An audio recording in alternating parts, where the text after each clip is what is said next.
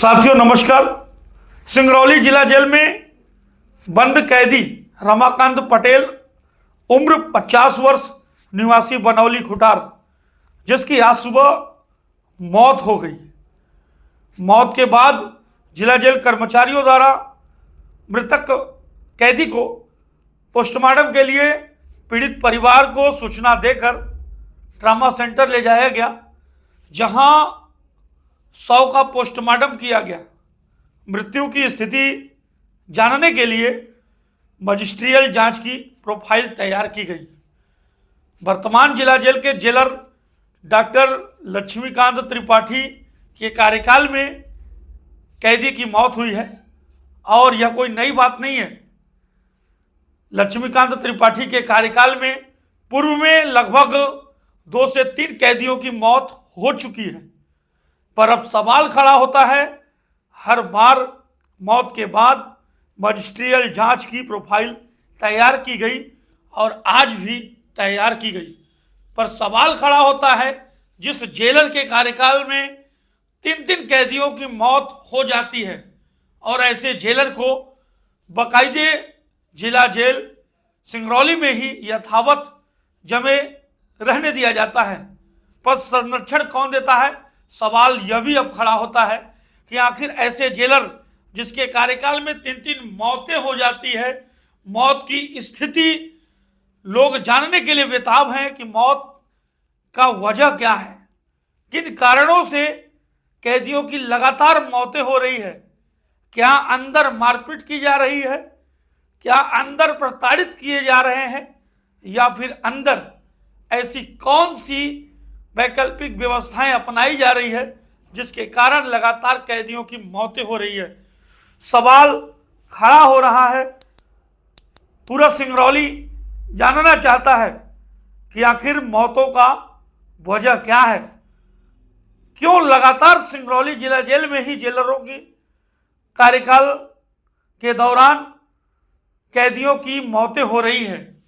आज जब रमाकांत पटेल की मृत्यु हुई, पीड़ित परिवार, मृतक परिवार जब अपनी आंखों से देखते हैं अपने मृत व्यक्ति को, तो उनके सीने में ब्लैक निशान दिखाई देता है, उनके सीने में थोड़ी सी लकीर टाइप की दिखाई देती है, जिससे पीड़ित परिवार आक्रोश हो जाता है। और पीड़ित परिवार ने ही कैमरे पर बोला, पीड़ित परिवार मृतक के बेटे ने बताया कि मेरे पिता की मृत्यु जिला जेल में बंद 18 दिसंबर से थे, इनके साथ मारपीट की गई है जैसा लक्षण दिखाई दे रहा है। फिलहाल यह एक जांच का विषय है, जांच होना बहुत ही जरूरी है।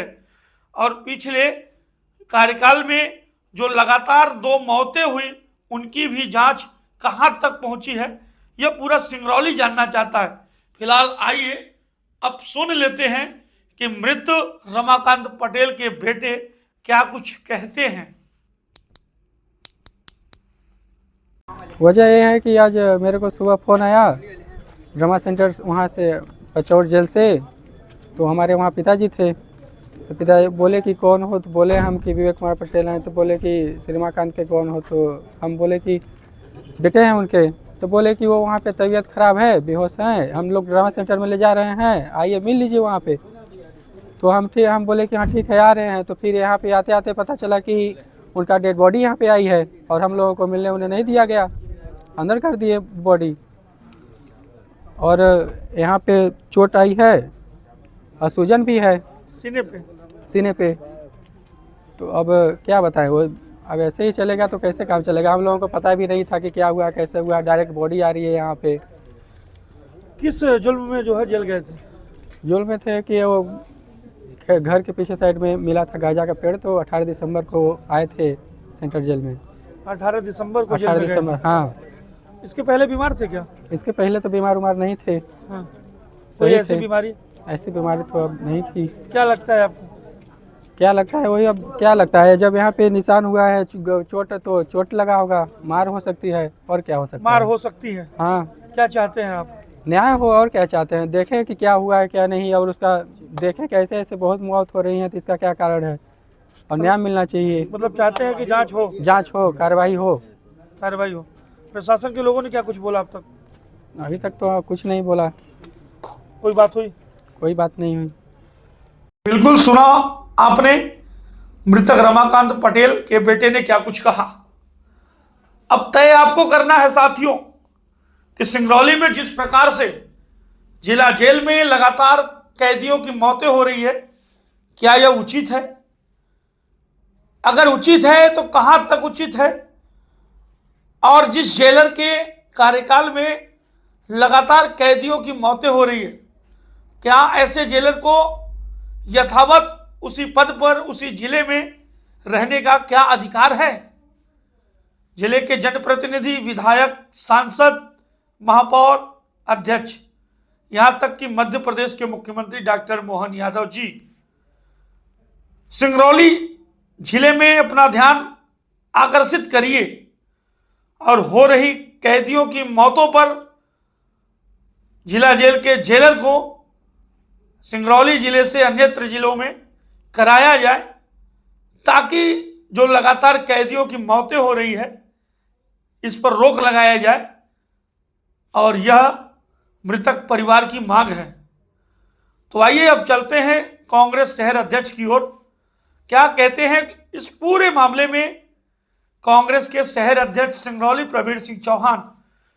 क्या विपक्ष में बैठे नेता किस प्रकार की कार्यवाही चाहते हैं? क्या लगातार हो रहे कैदियों की मौतों पर किस प्रकार की आवाजें इनकी उठती है?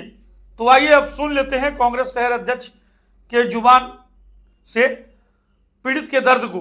भारतीय जनता पार्टी की सरकार में, मोहन यादव जी की सरकार में बेहद खासकर सिंगरौली ज़िले में आए दिन मौत की घटनाएं हो रही हैं। कोई ट्रकों से कुचल करके मारा जा रहा है कंपनियों के द्वारा, तो कहीं पुलिस की कस्टडी में लोग मर रहे हैं। बेहद चिंताजनक है और निंदनीय है। अगर कोई कैदी है, अपराधी है, तो उसके भी मौलिक अधिकार हैं, उनके मौलिक अधिकार हैं। और इस तरीके का जो सेंट्रल जेल में लगातार 2-3-4 महीने के बीच में ये देखा गया, ये दूसरी घटना है कि हार्ट अटैक बता दिया जाता है और लगातार कैदी मर रहे हैं। इसकी जांच होनी चाहिए। बेहद निंदनीय कार्य हो रहे हैं, इसकी गंभीरता से जांच होनी चाहिए। परिजन आरोप लगा रहे हैं कि इनके जो पिता एडमिट थे उनके साथ मारपीट किया गया है, चोट के निशान हैं। और यदि ये स्थिति है तो निष्पक्ष जांच होकर कठोर से कठोर कार्रवाई होनी चाहिए। जांच होना चाहिए कि आखिर मौत कैसे हुई।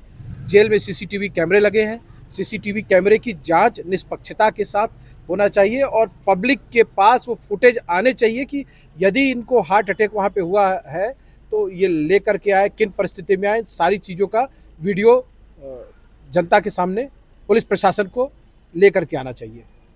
कांग्रेस शहर अध्यक्ष प्रवीण सिंह चौहान एवं मृतक कैदी रमाकांत पटेल के बेटे का दर्द आपने सुना कि किस प्रकार से सिंगरौली में हो रहे अन्याय, बंद कैदियों की मौत को लेकर क्या कुछ कहा, किस प्रकार से इंसाफ चाहते हैं।